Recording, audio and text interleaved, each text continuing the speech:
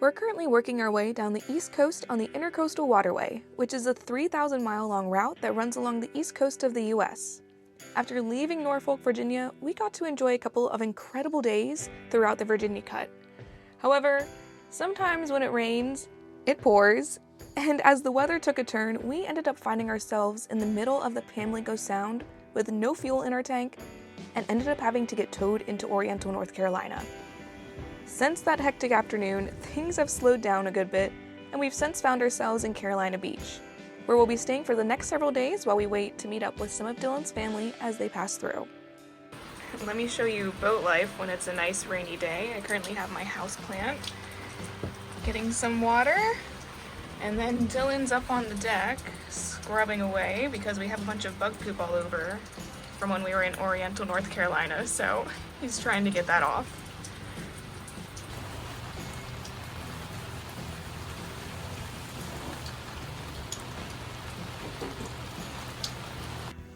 It may still be raining out, but we still gotta get someone to land for her walk. Right? Do you wanna go for a walk? Huh? Got her puppy stairs because the steps in our companionway are a bit too steep for her. Walking in place. Look at this good girl waiting. Go ahead.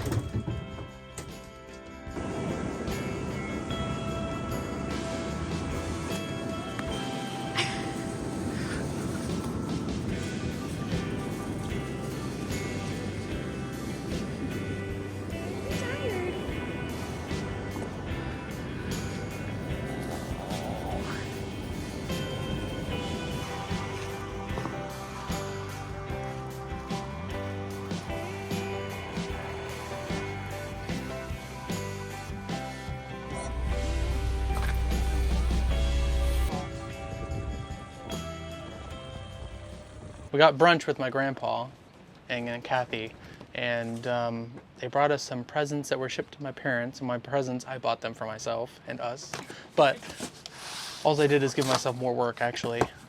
So we have some new engine mounts for the engine. It's time, they're needed.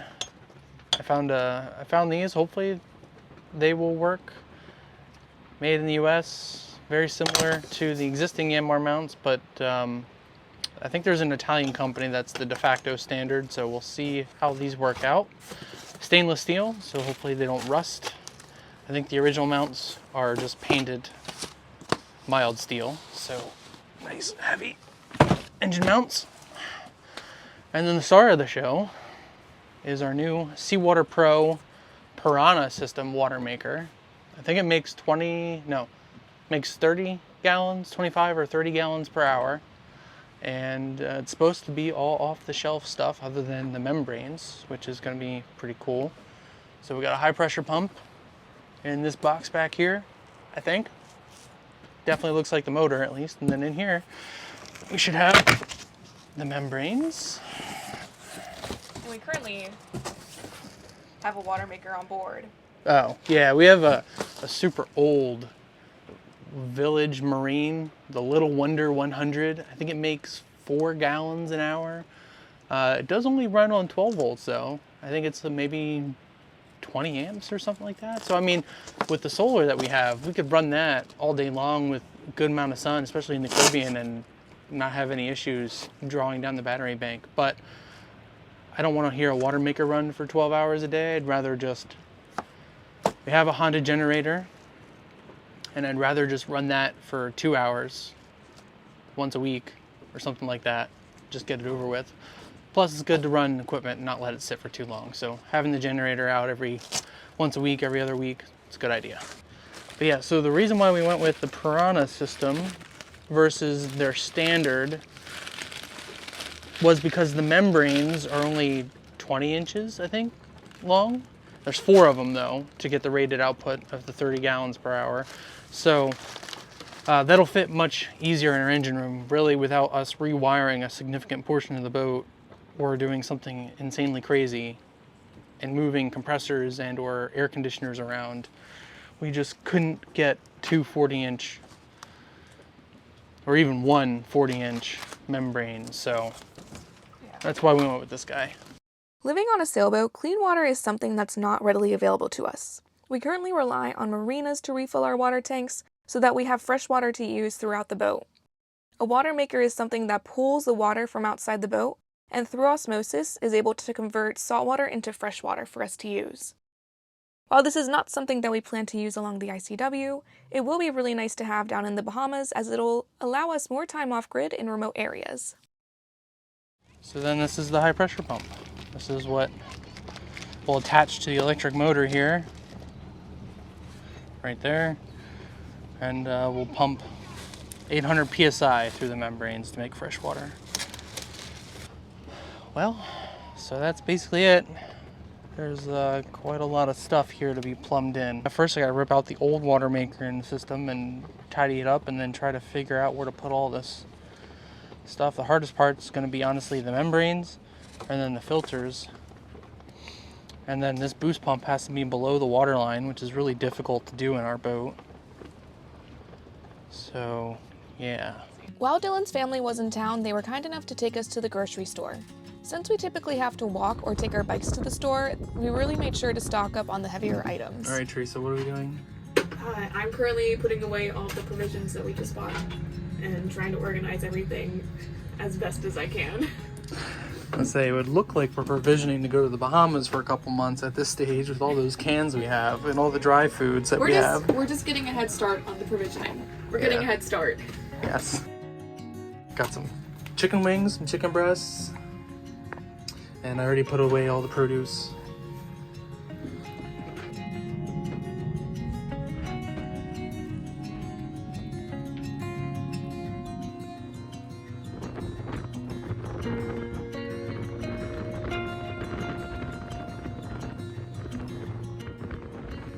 Picked up a Pen, what is this, Pen 60, no, Pen 50 LD, 6-foot rod. I don't know much about it, figure it out, but now we have a rod that hopefully we can go trawling with. Trawling, yeah. Off Facebook Marketplace. Yeah. Taking Aspen for one last walk on the beach here this morning. It's the last day here at Wrightsville Beach. It's gonna be sad to leave. It's actually been a very nice town to be at. Been here for a little over a week, I think it is, on a mooring ball. It's been a great little town. Love the beach access. The beach has been fantastic. We ended up going to Bird Island, which is in Anchorage next to the Little River Inlet.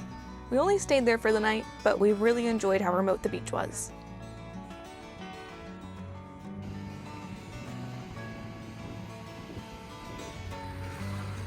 This is some of the softest sand I think I've ever been on. Gives me a complex. Makes me feel like I weigh 100 times more. Look at that. It's a proper crater. That's what quicksand is. Yeah. Like if I just stand in one spot, am I gonna sink down? Yeah. Now you just need to inject some air bubbles, then you got legit quicksand.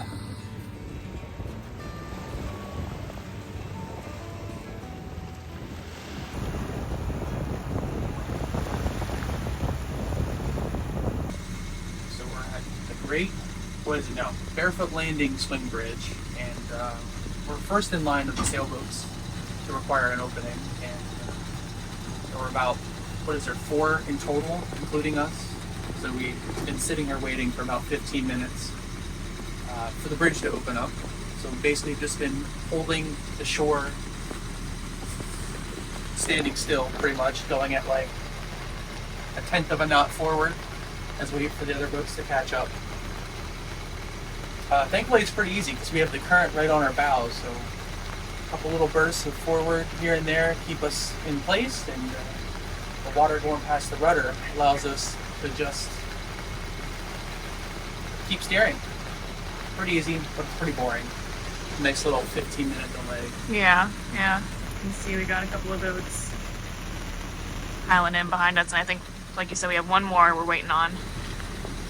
Yeah, he said as soon as he sees the mast of the fourth boat, they'll commence the opening. Of course, it's a nice, wonderful, clear, sunny day with perfect weather.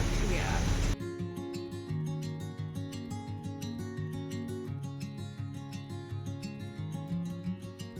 Today has been a pretty brutal day so far, but it's been cool seeing all the mansions along the ICW in Myrtle Beach. The whole time we've been having the current directly on our nose, so we've been motoring at 4.5 to 5 knots. We're finally seeing 5.3 knots. Unfortunately, it looks like the timing is we're going to be against the current the entire way to Butler Island, so it's going to take an extra like 2 or 3 hours at this rate to get there. So I think tonight we'll be anchoring in the dark. I think the pets are enjoying laying up there looking out through the windows.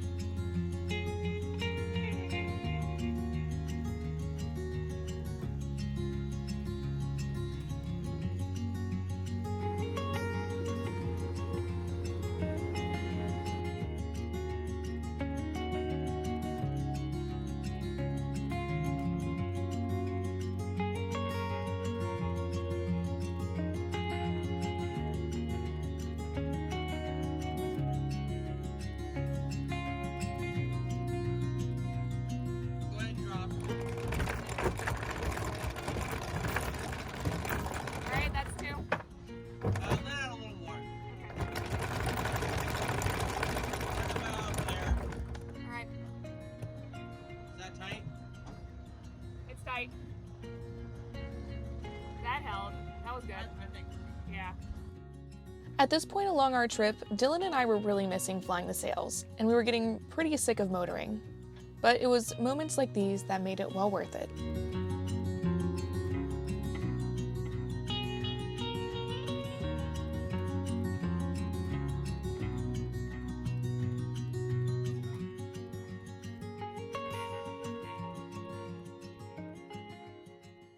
So we're currently on the Waccamaw River, which is right outside of Myrtle Beach in South Carolina. And we're anchored right now at Sandhole Creek. So we were trying to anchor at Cowhouse Creek. And that did not go as planned. We ended up hitting a log or a stump that was underwater. Oh yeah. Pretty hard. I mean, we snacked it. I was up on the bow getting ready to drop anchor, and thankfully was pretty central on the boat because I stumbled. I don't know if you saw that, but I stumbled. I did not. Pretty good. I lost my footing. So we abandoned that and then came further south.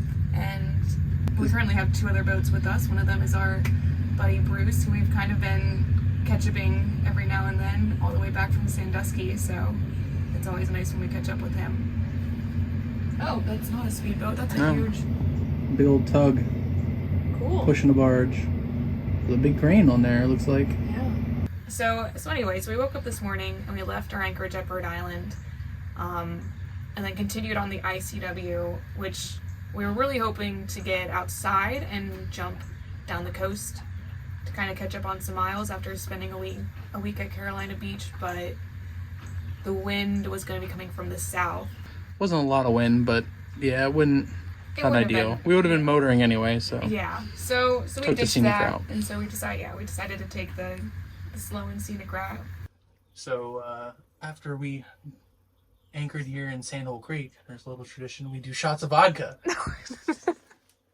Actually, no. Where did I make this?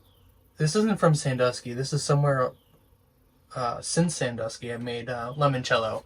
And we haven't had this in a very long time, and I forgot how good this is, but it's delicious. So I took Everclear and the skins of organic lemons, because it doesn't have the wax or pesticides on it, and you peel the skin off without the white pit, and you soak it in Everclear, 151, for like, I think, what did I do, a week and a half. Mm-hmm. If you want it a little bit better, more refined, you could do it for the four weeks, but I'm too impatient for that, so...